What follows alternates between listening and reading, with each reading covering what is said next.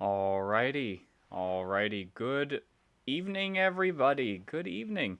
It's good to see you. Oh dear, my camera's already starting. Sorry about that. Hopefully it won't get too bad. Alright, I'm just going to make sure it's... If the cord isn't pulling on it too tightly, then it's not going to be a problem.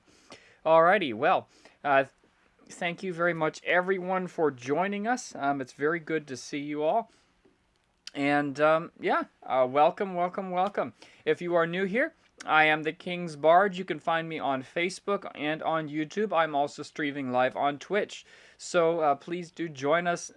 Please, if you want to see more material, anything like that, please do like the video, subscribe, and anything like that. Please do that. It really does help with getting these things out there. Subscribe to the YouTube channel, like the page as well. Get that stuff out there because we will be putting out some videos and things like that beyond just these recordings, these live streams. So please feel free to subscribe, to follow the page, to like the page, and so on. Anyway, that being said, I don't want to go too long. Oh, actually, and if you're watching via the recorded video, welcome to you too. Yes. Today's topic is a very, very interesting topic and a very, I will likely make a lot of people mad with this one. I have to say, I will probably make a fair few people upset with some of the things that I have to say. And I think it'll probably happen on multiple sides. So bear that in mind as well. That being said, we're going to go ahead and get started here. So let's go ahead and bow our heads with a word of prayer, as we always do in my presentations, and we will begin. Dear Heavenly Father, thank you so much for your grace, for your mercy, for your love, for your kindness, and for everything that you do. I just ask that you would lead and guide us in everything, that you would help us to understand these things, and that you would speak, Lord. Thank you so much. In Jesus' name we pray and ask these things. Amen. Alrighty. So, I do want to say really quickly, if you ever have any questions at any point during this live stream, please feel free to type them in the chat if you're in the stream, or just ask them out loud if you're in the Zoom, because I do have a Zoom session right now as well. That's also listening in here. So if you're in the Zoom, go ahead and just speak out. If you're in the live stream, then go ahead and leave your questions in the chat, and I will do my best to answer them as soon as I can. Alrighty, let's get into it. So, I want to get... I forgot. Disclaimer. This presentation is not an attack on any individual institution or system. I didn't edit this. You guys see I copy and pasted because I'm lazy. It's an analysis of several different systems available, of a couple of different systems, in this case natural medicine or herbalism in particular, and modern medicine. This is an analysis which is in no way comprehensive, and in some respects might be subjective, at least in the interpretation side of things. My perspective may and will vary from other people's, and that's fine. Respect is due to everyone who takes upon themselves the mantle of healer, a medical man. It doesn't really matter. We should give respect to everybody, regardless of what degree they have or what philosophy they espouse. However, different systems do have different merits, and some are more beneficial than others. And so we do need to be able to look at things objectively here. And that's what I've done my best to do here, is an objective investigation of these things. So please remember, I'm not attacking anybody. I'm not putting anybody down. In fact, if there's anybody who, I am an herbalist, so I am speaking as an herbalist, but if anybody knows a medical doctor who would like to who would be willing to dialogue with me on these things, I'm going to see how each of our communities could benefit from each other, and from discussion, then that would be absolutely fantastic. I would love to do that. So, anyway, that being said, let's go ahead and dive right on into this discussion. What is, or maybe a better question, what should be the relationship between herbalism and modern medicine? These are often painted as complete opposites, or at least close to it. Now, when I say herbalism, I'm not referring to I'm referring to a very specific kind of herbalism. I'm referring to Western herbalism, which is descended from European folk medicine. I'm not referring to Ayurveda. I'm not referring to Chinese herbal medicine or Chinese traditional medicine. I am. If you want to know more about those and my perspective on those things, then please check out last week's live stream, natural healing systems, I believe is what it's called, or natural medical systems. And kind of, it was comparing those. Now we're looking, though, between herbalism, more specifically Western herbalism, and modern medicine or allopathic medicine. So we're really looking at those things here. These in particular are often painted as complete opposites, or at least close to it. Now, there are differences between the two. This is something that's very important to remember. There are differences, and most people know that. And many people could even quantify it, but we will get into quantifying that a little bit different. Some differences are fundamental. Others are not fundamental. Now, what do I mean by fundamental? Well, some are differences in philosophy. Others are just simply differences in perhaps the tools. For example, both modern doctors, modern medicine, allopathic physicians, and herbalists will use something called a bulking laxative. These are laxatives that use soluble fiber and insoluble fiber as something to add bulk to the stool to help things get moving along down there. Both will do that, and as a matter of fact, both will rely on psyllium seed husks. Those are actually used by both allopathic physicians and also by herbalists, and they're both recommended by them. And both also will use a different kinds of laxative as well. But one will be something more along the lines of Miralax, and the other one will be Senna or Cascara Sagrada. So these things are, the tools may be different, but the basic principles maybe not so much. But others are fundamental. We're going to be looking more at the fundamental differences tonight. That is the fundamental qualities of each, I should say. We're going to be looking at the fundamental or the basic philosophical premises of each, is premises? I believe premises is the proper plural of premise. But we're looking at the basic philosophical assumptions and constructs of each, and we're going to compare them and contrast them. Now, there's something you might not have heard since elementary school or high school. We're going to compare them and we're going to contrast them and see how they work together and how they work against each other, as some do and some don't. These differences, however, are not as vast as is often portrayed. As I mentioned before, sometimes the differences are just in the tools, not so much in the methodology. However, there are also some bigger differences, and we will talk about that. So, it really ultimately boils down to the conflict between vitalism and atomism.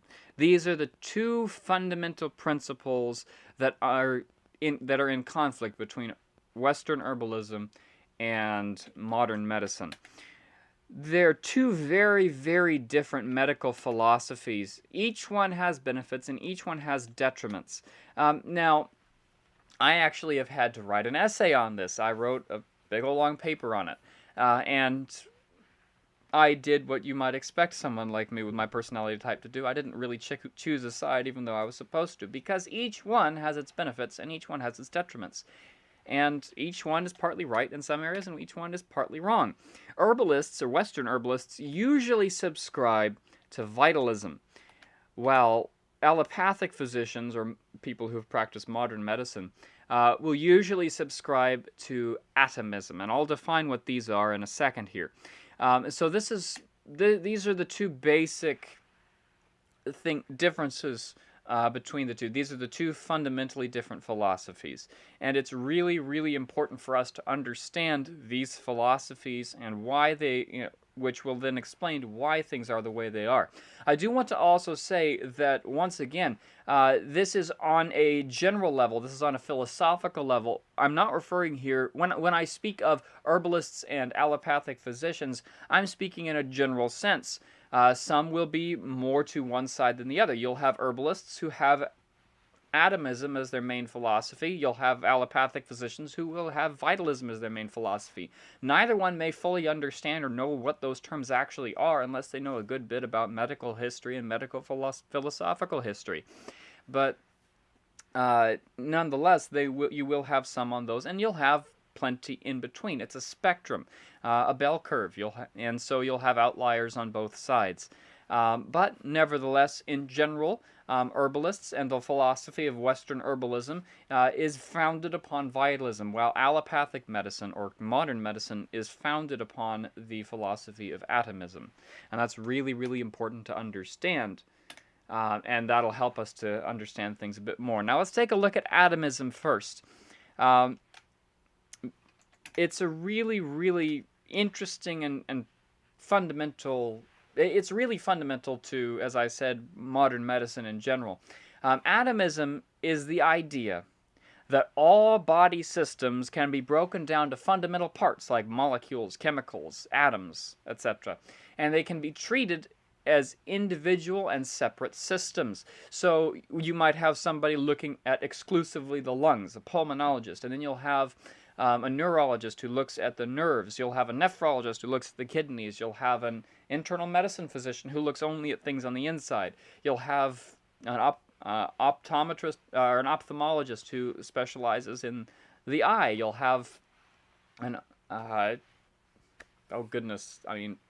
proctologists and oncologists and everything else. They're all specializing in a particular system or a particular disease. And this is something that is very, very fundamental to atomism. It's, again, the idea that everything in the human body can be broken down to fundamental material parts, and it can be treated, and each system can be treated as an individual system and separate from the other body systems. This focuses exclusively, and I speak referring to the philosophy of atomism here, not individuals, because there are individuals, again, who may not necessarily go along with this idea. But when it comes to atomism, atomism as a philosophy focuses exclusively on physical health. Atomism does not focus on mental health, doesn't focus on social health or other relational health. It doesn't focus on anything like that. It focuses exclusively on physical health. And even psychiatry can also have this mindset of atomism, because psychiatry and psychology, it really focuses on, in some cases, manipulating brain chemistry rather than dealing with other things that, say, someone who is more along the lines of a counselor might be more able or adept to deal with. And so looking at things from a pure, it's basically medical materialism. It's the idea that there's nothing really beyond the physical body, that everything can be reduced down to material fundamental parts, chemicals, etc. And so it's really, really exclusive to physical health. The treatments in atomism, it is the treatments that are the healing factor. When you administer a drug or when you otherwise give a treatment, right, or prescribe a treatment, it is that treatment that is doing the healing according to atomism. And so if you take a Tylenol, the Tylenol is going to be the healing factor in your headache. This is according to the atomistic philosophy. This is an interesting thing here, right? Now, this is, I will say, there is a general focus here on extrinsic causes of disease and extrinsic treatments of disease. And so you're not just looking at extrinsic causes, so pathogens and things like that coming in, but you're also looking at extrinsic treatments of disease. That is, that things like Tylenol or ibuprofen or Robitussin or things like that, where you're giving something, you're putting something into the body that is then, from outside. That's extrinsic. That's what that means, coming from the outside in to the body in this case. And that is what's treating the disease. So this extrinsic treatment of disease is a big focus of atomistic philosophy. Now, I will say this last point is changing. There is a shift that is occurring in modern medicine, especially over the past couple of decades, as people are realizing, especially medical doctors are realizing that not all diseases are extrinsic, and therefore not all treatments can be extrinsic. So there is a change to that in the past couple of decades, and that's very important to recognize as well, that there is growth occurring here. And that's really important to recognize as well. And it's, yeah. So that's atomism. Now what about vitalism? Vitalism is the idea, again, a medical philosophy, that the person functions as a whole. And so vitalism looks beyond the component parts, the individual systems and chemicals and such. It looks beyond that to see the whole person, not just looking at the body, but also looking at the mind, not just the brain, right? If you're thinking of mental health, it's not just looking at the brain with its various chemical interactions and electrochemical interactions and physical structure and things like that, but looking at the mind itself. If you will, looking not just at the hardware, but also at the software. And this is something that's very important. Vitalism looks at the whole person, not just the individual systems within the person. That is the basic fundamental part of vitalism. Vitalism includes physical health, mental health, and relational health. The purpose of any remedy in vitalism is to facilitate, stimulate, or strengthen the body's own healing factor. I'm not too terribly familiar with superheroes and things like that, but I have heard the term healing factor thrown around for certain heroes that have the supposed ability to, basically an ability to heal through ridiculous amounts of injuries and things like that. I don't know anything more about it really than that. But we do all have, and it's said as something, from what I understand, it's said as something that's supremely, it's this incredible superhuman thing. But, I mean, we actually do have healing factor. We all have that. We all have the ability to overcome sometimes incredible odds to heal ourselves, and our body has, in and of itself, according to vitalism, the capacity to heal itself. And this is pretty much the fundamental difference between, the fundamental difference is the first one, looking at a whole person rather than as individual systems broken down. So you will never come to an herbalist who specializes in, say, one particular region of the body. You won't have an internal medicine herbalist and a dermatology herbalist and those other things. Oh, sure, there may be types of, there may be issues that particular herbalists have a special skill in, but that's just because either for whatever reason they feel particularly attracted to particular sets of that kind of issue. Or they just have a lot of experience in that particular field. Whatever the case may be, you're not going to find, you're still not going to find someone as an herbalist who focuses on just one system. You're going to, herbalists in general, especially Western herbalists, will tend to look at the body as a whole system. And so they're going to look at things not just, oh, is your brain not working? Okay, well, we got to fix the brain. But okay, your mind isn't working well. How's your stomach doing? Well, your central nervous system is affected. What about your peripheral nervous system? How's your spine doing? Your brain isn't doing well. How's your spine doing? How's your peripheral nervous system doing? How's your heart working? What do your blood vessels look like? What do you, how are you, what's your eliminatory organs looking like? Your kidneys, your bowels, your liver, your skin, your lungs. How are those all functioning? Looking at the whole person, because one thing is wrong, therefore everything is going to be feeling that. I mean, the Bible talks about that itself. Just as an example, Paul himself, even in ancient times, recognized that fact. In 1 Corinthians, he says that, if one body part gets hurt, the whole body feels it. And the same, and he's using that as an illustration of the church. But physically, that is absolutely true. You'll find this also true in exercise. People who do exercise will tell you that if you're lifting weights that are a little too heavy for you, then other body parts are going, or other muscles are going to try and help you so that you can actually lift that. So if you're curling weights that are just a little bit too heavy, your back usually is going to take up the slack so that you can actually lift it, which is not healthy. It's not good. That's why you don't want to lift weights that are heavier than you should be. And the same thing is absolutely true if there is with internal systems as well. If one organ isn't functioning properly, say your kidneys aren't working properly, well, then your bowels and your liver and your skin, and yes, your lungs too, are all going to try and take up what slack they can. And sometimes, things work, and some things that'll work for it, and some things it won't. So you really do need to make sure that that you're, if there is an issue, that you don't just look at one isolated system, but say, how is this affecting the others? And that's something that vitalism does have that unfortunately modern medicine doesn't have as much. Again, there are people who may do this, there are physicians who may do this, but philosophically, when it comes to vitalism, when it comes to vitalism versus atomism, the two basic philosophies just simply are not, they don't quite work. Or they're not usually used that way. There is a general focus in vitalism, which is again used by Western herbalists. There is a general focus on intrinsic causes and intrinsic remedies of disease. And so you're looking at, instead of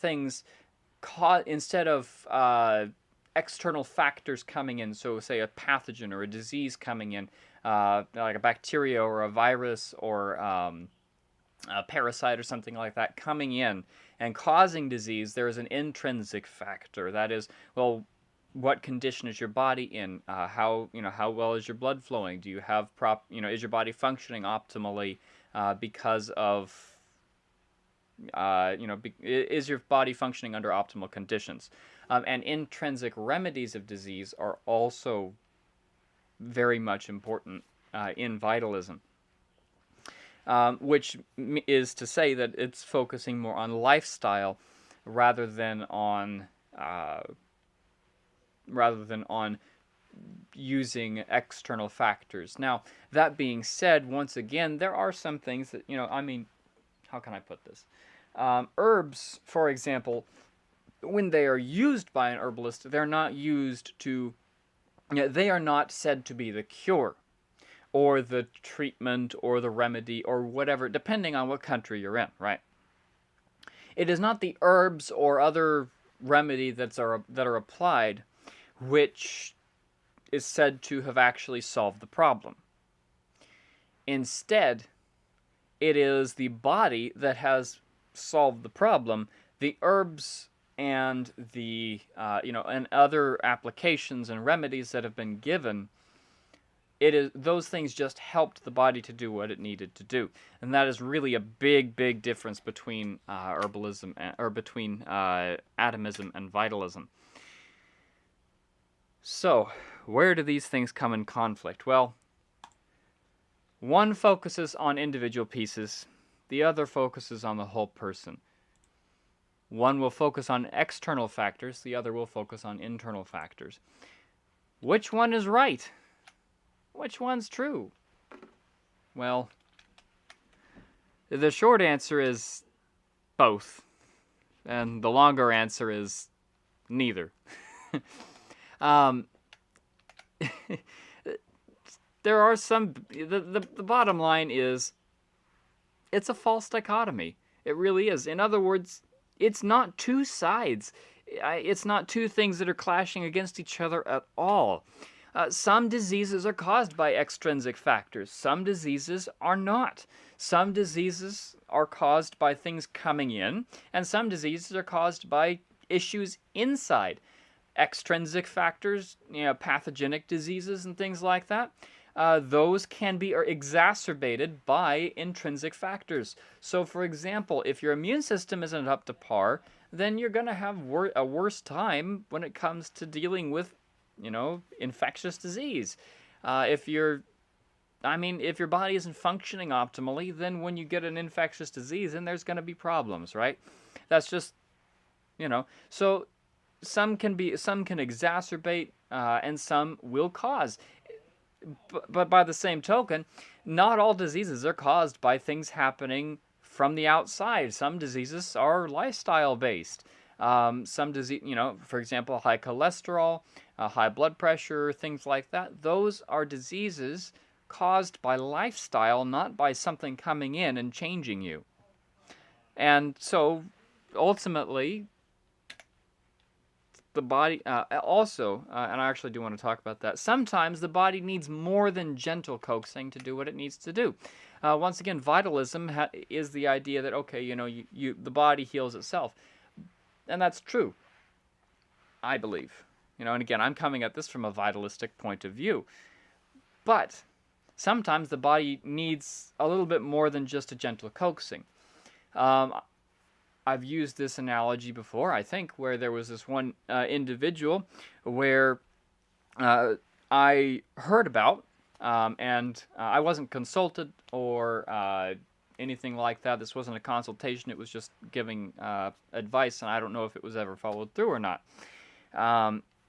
But this one individual had severe constipation. Now, I don't know exactly, well, I can tell you a little bit, not completely, but how, I can tell you how an atomist, a true-blooded, pure-blooded atomist would look at the situation. Okay, I can't tell you exactly how a medical doctor or a modern medical doctor would look at it because, one, I'm not one, and two different doctors will give you two different perspectives on it. So, as a pure atomist, someone who looks at this severe case of constipation. Now, this was a case of constipation where the entire lower intestine was absolutely packed with stool. It was a really, really bad situation. Now, as an atomist, what you would do is you would say, okay, well, I'm either going to prescribe something like Miralax or mineral oils or other things like that, milk of magnesia, something along those lines, or I'm going to prescribe a bulking laxative. Maybe an enema. Maybe. And if you're a good atomist, or if there is if we're looking at things a little bit more fairly, a good doctor, a good medical doctor, allopathic physician, would say, okay, well, let's also make some lifestyle changes. The thing is, right, now, as an herbalist, I would look at things a little bit differently. I would say, okay, as someone who has a more vitalistic perspective, I would look at things and I would look at that and say, okay, first of all, we got to get you cleaned out. So I would probably, now depending on the case, I would either do the same thing. I would recommend a bulking laxative or a peristaltic laxative, which is, a cathartic laxative. That's what it is. Or a bulking laxative, once again, that's just soluble fiber and insoluble fiber. A cathartic laxative stimulates what's called peristalsis, which is the squeezing, the smooth muscle contraction of the intestines and, well, the digestive tract in general. And it helps force things out or along the digestive tract. And so I would, depending on how bad it was in this case, depending on how bad it was and what the causes were, right, I would say, okay, I would either recommend one or the other of those. Plus, I would also say, okay, what kind of lifestyle are you living? Are you eating, are you eating high fiber foods? Are you having a high fiber diet? How much water are you drinking? Those types of things, right? Those are important. But then I would also say, okay, well, clearly your colon is not working properly for whatever reason. How is your kidneys doing? How's your skin doing? How's your liver doing? How are your lungs doing? What's, how your sweat glands, things like that. What's going on with the rest of your body? Not just that, because all those things that I mentioned other than the bowel, all of those are also eliminatory organs. They get rid of waste and toxins and things like that. They help eliminate those things and get them out of the body. And so and as well as the colon. And if the colon isn't working properly, then some of that load at least is going to be taken on by other organs. Now, of course, not all of it is going to be able to be done that way. Some things can't, some things that are in the colon can't be taken out by anything other than the colon. And so, some things some things can't be done. So you're going to have a lot of solid waste sitting around down there, which isn't a good thing. And then on top of that, you're also going to have other things that are locked up in that solid waste that just, let's face it, isn't going to go anywhere. And other things may be able to be doing that, but you may be able to get rid of some things, especially things that are absorbed in the liquids, which is part of the whole purpose of the lower intestine. But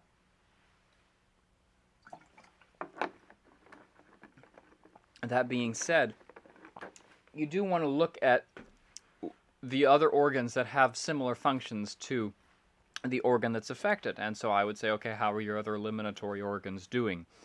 In this particular case, this individual was, how shall I say it? Well, they had a very, very good lifestyle. They had a healthy diet. As far as they had a high-fiber diet, they were also on Miralax and on mineral oil. And they also drank plenty of water and all of that. So, what was the problem? Well, I don't know. I can't diagnose. I wasn't really even consulted about it. I didn't know anything. I just said, hey, you know what? My personal recommendation, and I just texted this out. It was advice. It wasn't official. It wasn't anything like that. And of course, again, if you ever do reach out to me, by the way, and and ask advice about herbs or about particular things, remember that I'm not a doctor. I can't diagnose things. I can't I can't treat things, anything like that. And on top of that, what was I going to say here? On top of that, always consult with your physician before doing anything that I say you might help, and I'll tell you that too. But because your physician will know more about you than I do. That being said, I said, hey, a cathartic laxative such as Senna or Cascara Sagrada might be beneficial here, because clearly bulking laxatives aren't going to work. Because already on a high fiber diet, you got plenty of lubrication down there. Clearly, you need something else. Now, again, there's something else going on. The intestine clearly isn't contracting the way it should, or something else is happening. And so a cathartic laxative might be the best shot that you have for that. So, yeah, that was my personal recommendation in that particular case. Once again, I don't know if it was implemented. I don't know what the solution was. I don't know what the diagnosis was, other than just chronic constipation. And I don't know, I hope that individual went to a physician and asked about my recommendations and then implemented it, or not implemented it if it wasn't good for that person. But I hope that they also consulted with a physician. That's always important. Back on track here. My whole original point was that sometimes the body doesn't just need a gentle push. Sometimes it needs a healthy shove, right? And so that's where sometimes herbalism falls short. Not always, but sometimes. However, I do want to say here, each system gets a few things right and also a few things wrong. And this is where I might offend some people.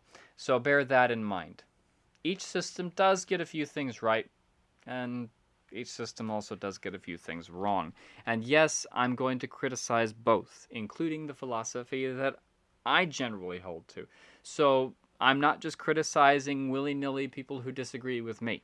Okay, I'm being critical of the system that I generally fall to as well. So please bear that in mind. Modern medicine we'll start with first. Modern medicine is eminently successful with most infectious diseases and in surgical cases. Modern surgery is supremely effective. It's probably, I mean, we're better than we've ever been with surgery. It's amazing the stuff that we're able to do. And when it comes to infectious disease, modern medicine is unparalleled. There has never been in history a time when infectious disease, even in the midst of a pandemic, I'm saying this, there has never been a time in history when infectious disease has been so little of a concern.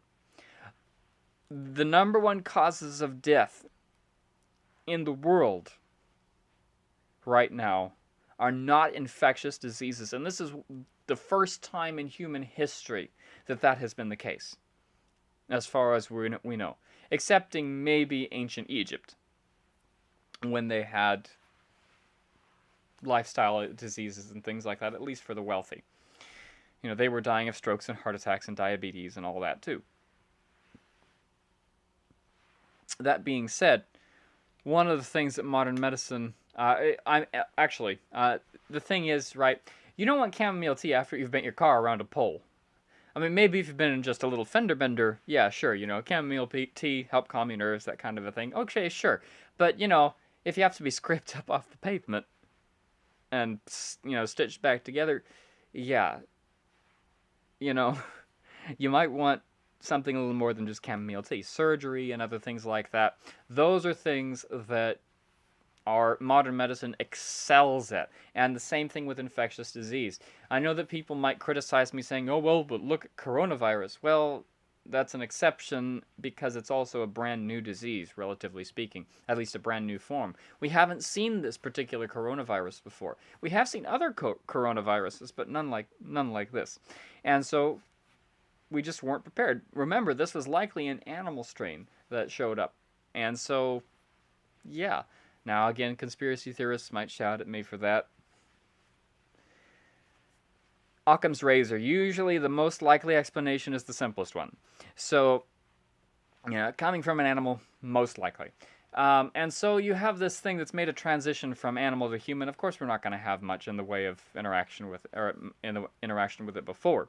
And so we're not going to have an immunity built up to it. It's the same reason why smallpox wiped out native tribes all across North and South America and also had a huge impact in Africa for a long time. It's because they weren't exposed to it the way that that those of us with European ancestry were. Smallpox is something that had been in Europe for ages and ages and ages.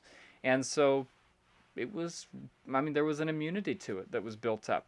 That's why also us people with European ancestry and just people in America in general shouldn't drink water from other countries because there might be pathogens in that water that we're not used to. And that goes for everybody. If you go to another country that doesn't have good sanitization for water, don't drink the water. Don't drink the water from the tap or anything like that because there could be pathogens in there that you're not used to, and so you could get sick even though it's perfectly fine for everybody else to drink it. So, yeah, bear that in mind. Modern medicine does great with infectious disease, but unfortunately not all diseases are infectious. Not all diseases are caused by pathogens, and unfortunately modern medicine has had a real rough time coming to terms with that concept. And mainly with pills. Pills really, really, really can help with infectious diseases and with pain. Because, well, I'll talk about that in a second. Here, that's the next bullet point, I think. But they cannot reverse lifestyle-based diseases. Pills cannot reverse lifestyle-based diseases. Antibiotics and antivirals work because they remove the cause of the disease, namely bacteria and viruses. That's why those things work. And same thing with even pain medication. Those things, they block certain receptors so that you don't feel the pain, so that your body gives a chance to heal and you don't have to be in absolute agony, right? When you're not feeling that pain, it's blocking those receptors, inflammation may start to go down a little bit, and stress hormones and things like that aren't going to be flying around as much, and it just helps keep things calmer and allows your body a bit more of a chance to heal. Antibiotics and antivirals work. Generally, again, there are exceptions. Treatment-resistant diseases, infections do exist, And that's largely due to the fact that we have kind of overused certain antibiotics and antivirals. Or you have, and you also have people who don't complete the full treatment. And so, I mean, it would happen with plants too if you did that. I mean, even if you just kept eating garlic as an antibiotic and antiviral, I mean, it does have those properties. But if you stopped doing it just shy of when you were supposed to finish, yeah, you're going to have problems. And you're going to have a disease that's now resistant to garlic. As if we needed that, right? So, these pills and these things like that, they can really help with those infectious diseases because they remove the cause of the disease in the first place. They kill off the viruses, they kill off the bacteria, they destroy viruses, things like that. That does happen, right? However, statins, blood pressure drugs, blood pressure pills, and other drugs do not remove the causes of those problems, namely a poor lifestyle. Now, again, this is speaking generally. Sometimes there are genetic factors and other things like that. But usually, these things are lifestyle-based. And usually, even with genetic factors, it doesn't actually kick in until you're living a lifestyle that is conducive to activate those genes. Look up epigenetics and see epigenetic research on lifestyle versus genetics.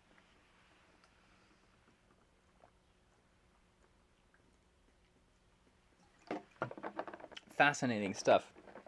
Absolutely fascinating stuff. You'll have people who have the genes for diabetes and heart disease and things like that, and they don't develop them. Why not? Well, because they aren't living a lifestyle that's conducive to producing those results. And so you don't have to get those lifestyle diseases. But these drugs, blood pressure pills, statins, things like that, insulin, they don't remove the cause of those problems. Okay. Now, I did mention insulin. Type 1 diabetes, the thing that actually fixes type 1 diabetes, that truly cures it, is not insulin. It would be a pancreas transplant, which do exist. And once again, that's modern medicine. Organ transplants, that's modern medicine. And that is a cure for type 1 diabetes, because type 1 diabetes is a pancreas that's been damaged for some reason or other, and can no longer function properly, and so it can't produce enough insulin. Type 2 diabetes is generally to do with lifestyle. It's generally your cells just your cells just aren't taking in the sugar that they should be, because they've already got plenty of energy, and so they're telling them to just give it to somebody else. But nobody else takes it because everyone has energy. So it's just kind of left sitting in the bloodstream, and the pancreas just produces more and more and more insulin. And so the pancreas isn't the problem. Insulin isn't the problem when it comes to type 1 or type 2 diabetes. With type 2 diabetes, it's the fact that the cells are overloaded with energy, so they don't need the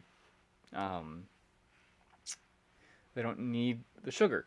And so the solution would be to get rid of the excess energy. How do you do that? Lose weight, exercise, proper healthy diet. Those are solutions. And so, I mean, that's what the research says, and you can see it over and over and over again. So, once again, these things are, these things don't remove the causes of lifestyle diseases. Lifestyle diseases are caused by lifestyle issues, and so only a change in those lifestyle issues will get rid of them. And even then, sometimes it's gone on for so long that you'll still get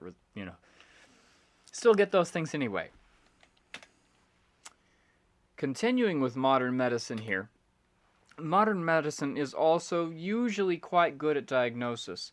It has a very good knowledge of the body down to a biochemical level. However, it can usually do some good, but unfortunately it may miss opportunities to do the most good that it can possibly do, because it's looking at individual systems rather than looking at the whole picture. It's really quite unfortunate, and this is something that very much a problem with modern medicine. Modern medicine just simply ignores a lot of the interconnectedness of the human body.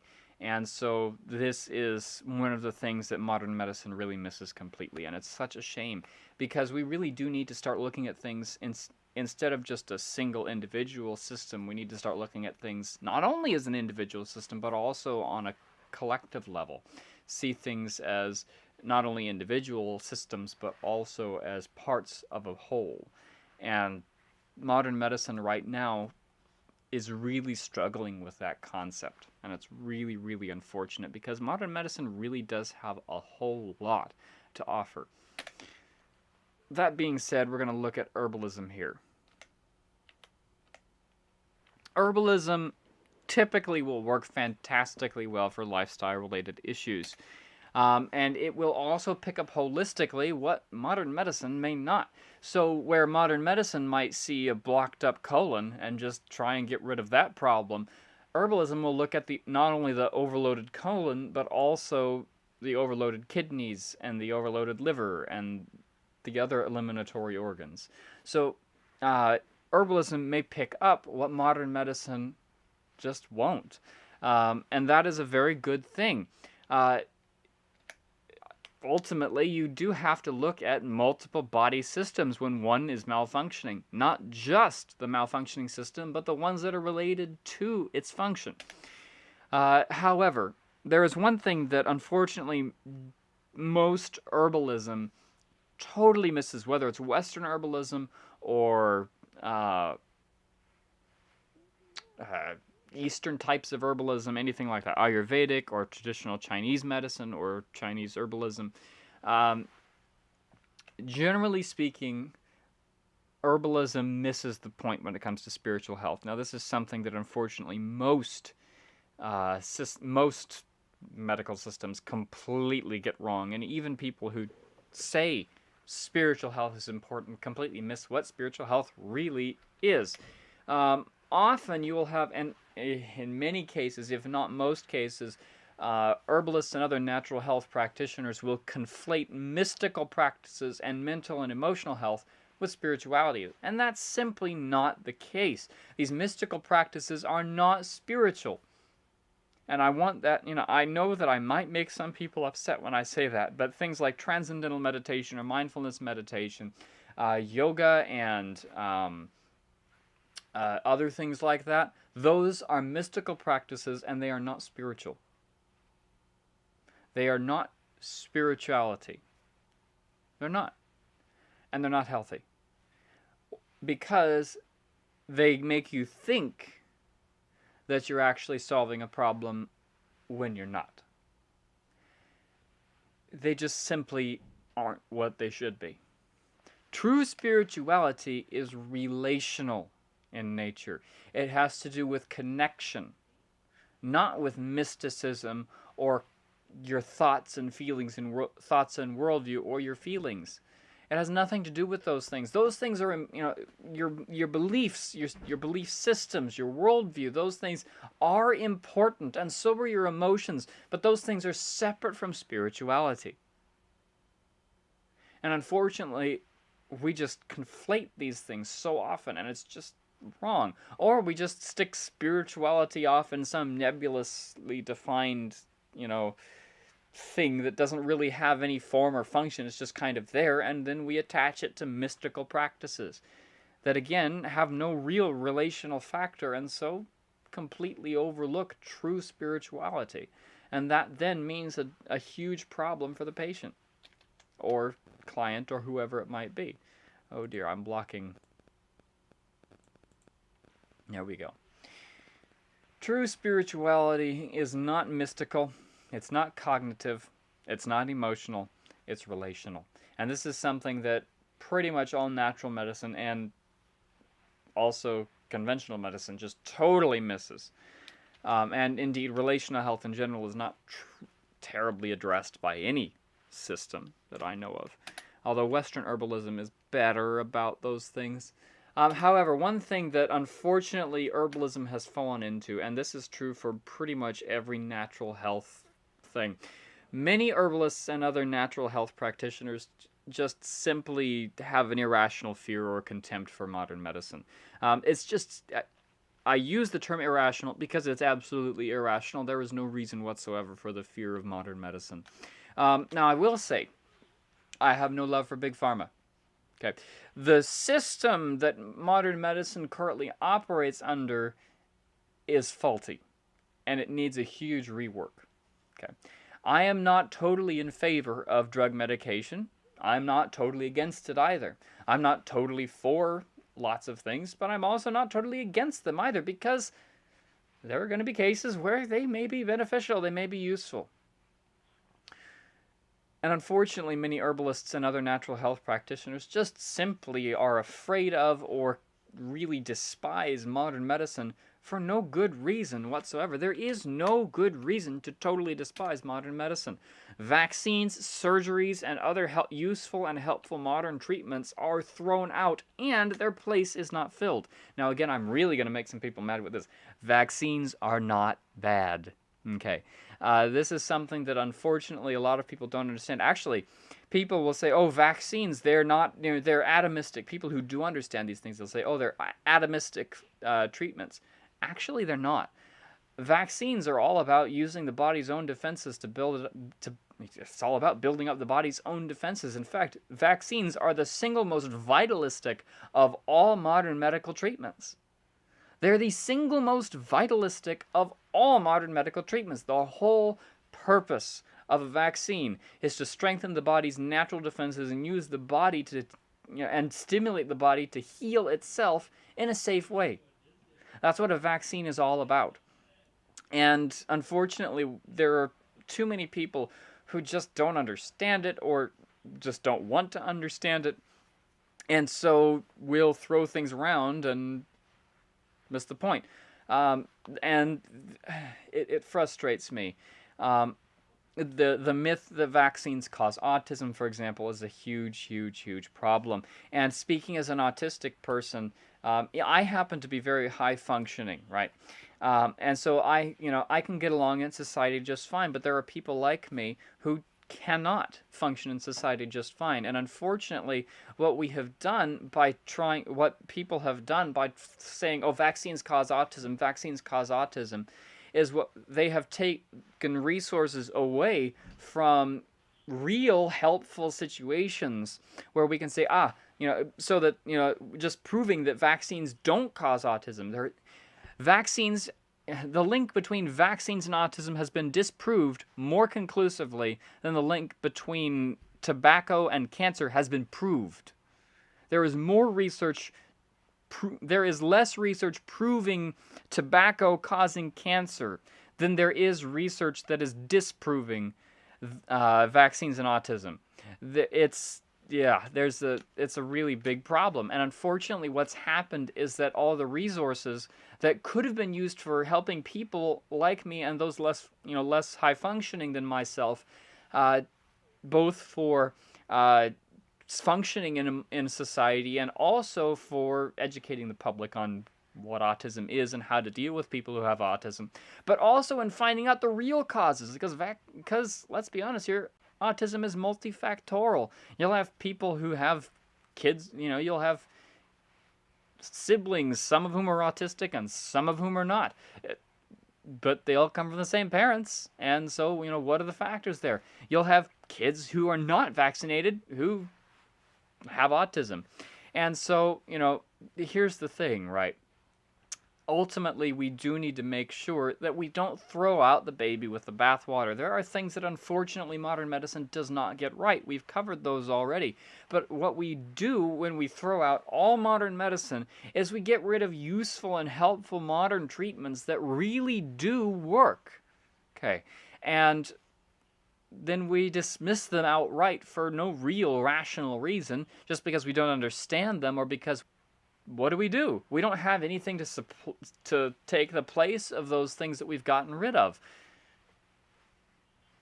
So what do? We don't have anything really to do that. So it's really important not to do that. On top of that, unfortunately, many herbalists do away with scientific methods completely, or do away with good evidence because it conflicts with tradition. This is something that unfortunately herbalism does a lot.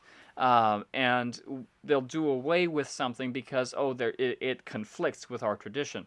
But if it's proved wrong, then your tradition must be wrong, right? So, now there are exceptions. I do want to say here that sometimes studies are biased, and I'm careful to look at things. Studies can be biased, and it's no more so than in America, where we have drug companies that are all about making money, right? And so obviously some of those studies, if not most of them, are going to be more on the positive side of things. That being said, we can't totally do away with scientific methods, and we cannot totally do away with good evidence just because it disagrees with our fundamental philosophies. We have to take a look at things and say, okay, which is true and which is not true? Which fits the world and which doesn't? And so being able to really weigh those things and say, hey, what's valuable here and what's not valuable, that's really important. Instead of throwing things away just because it conflicts with our worldview, we need to take a look and say, hey, is our worldview what's wrong, or is this what's wrong? Is this thing that's wrong? Sometimes it'll be the worldview, sometimes it'll be this thing that's wrong. So we do really need to, especially those of us in the natural health community, we really do need to kind of get back to the scientific methods, because let's face it, there are a lot of things that we really could prove if we actually stuck with it. Ultimately, herbalism and modern medicine do in fact conflict on many points. The idea, however, that they are total opposites is erroneous and ultimately very harmful because it leads to the schism. It leads to, it's a false dichotomy. Each system can learn valuable lessons from the other. And, for example, herbalism can learn scientific consistency and develop more effective techniques over time, while modern medicine can learn holism and to use their medicines to stimulate rather than force the body to heal. And, this is something, each can really learn. Now, I do think that vitalism is the better of the two philosophies. Yeah, because vitalism, again, focuses on the internal, the body is the main healing factor. And you're using the body and as a whole system to really do that, to heal, while atomism focuses on one individual system or bringing things in from the outside. And so I think that vitalism is probably the overall better of the two, but that doesn't mean that vitalism still can't learn from atomistic philosophies and techniques, because vitalism can't explain everything, nor can atomism. They have to work together. This is something that's absolutely the case in medicine, and it's the case in most things. And so, this is really something that unfortunately there's a lot of discussion, a lot of debate, and people get very heated. And again, I want to reach out. If there's anybody who knows a doctor or anything like that who would like to dialogue with me on this, and just kind of have a discussion and see what we can each bring to the table and bring to the community, I really, really do want to see this. And if you can, share this video with them. If you know a doctor or if you work with a doctor, please share this video with them. And get this out there too to herbalists and stuff like that. If you know an herbalist or if you work with herbalists, get this out there, because these things, we really do need to dialogue about these points. Now, again, not everyone's going to agree with me. I'm actually probably very, very rare in the herbal community, because I don't hate modern medicine, okay, I'm not going to say that, but I don't have a strong dislike or repulsiveness from modern medicine, because modern medicine brings a lot of good to the table. But I'm also very rare because, I think that we can work together, and that's unfortunately something that is just not done in today's world. Now, I'm going to go ahead and open things up to questions if you have any. I know that some people came in a little bit later, and so if you have any questions, please feel free to ask them now. If you're in the stream, then go ahead and start typing out your questions now. I'll continue talking. I might address and I'll address as well any questions that Zoom may have at this time. So, alrighty, are there any questions?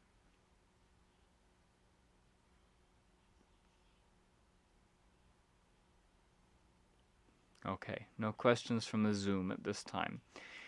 So I'm going to go ahead and keep talking here and just see if there's any questions from the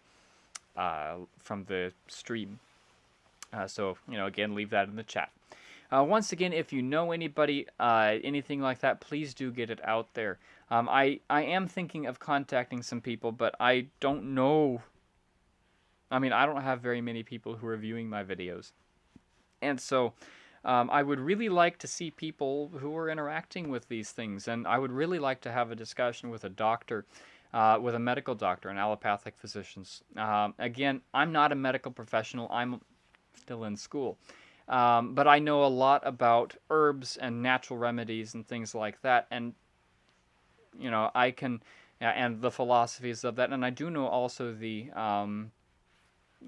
history of the things and of these things. And so I would really like to dialogue. There's a lot that we really could learn. And so please, if you do know somebody who would really like to dialogue with me about these things, please do send them my way. Have them watch my videos, have them, watch the recorded live streams, the VODs, I think they're called. And, yeah, so please do get this out there. And if you like the video, please like it. And if you're on, I am on Facebook as well as on YouTube. And so if you're on Facebook, not only like the video, but like my page as well, The King's Bard. Once again, if you're watching on Facebook, you'll see it up there. I'm The King's Bard. And if you are on YouTube, then please hit that subscribe button as well, and that notification bell, so that you can get notifications whenever I put up a new video, anything like that. So yes, please do get involved, watch these videos, get them out there, share them. Once again, I'm The King's Bard. You can find me on Facebook and on YouTube. And if you're having trouble finding me on YouTube, you can find me on Facebook, and I have a link to my YouTube channel in my About page. So, once again, The King's Bard. Alrighty, I'm not seeing any questions right now, so we're going to go ahead and cut things off for the night. So, that being said, if you have any questions you weren't able to ask, or if you're if you're watching via the recorded video, then please leave your questions or comments down in the chat or down in the comment section. I would love to see them. I would really like to see them. It would be phenomenal. And of course, please show that like button some love. It does help with getting the video out there. So, that being said, yeah, we'll go ahead and close out with a word of prayer, and I will see you guys on Sabbath at 10 o'clock, Saturday at 10 o'clock, 10 o'clock a.m. Pacific Standard Time, for continuing on the history of medicine, history of green medicine, history of natural medicine, and conventional medicine as well, in our sacred history, and our Bible study at 11:15 and Bardic session at 12:30. So anyway, let's close out with a word of prayer. Dear Heavenly Father, thank you so much for your grace, for your mercy, for your love, and for your kindness. Thank you so much for another day of life. And thank you, Lord, that you don't leave us in the dark, or that you don't have us go to one extreme or to the other. But there are middle roads, and that those are often the way to go. And so I ask, Lord, please, that you would give us wisdom to know where to go, that you would lead us and guide us, and just help us to understand these things. Thank you so much again for everything you have done. And just please be with us now as we go our separate ways until we meet again. Thank you so much. In Jesus' name we pray and ask these things. Amen.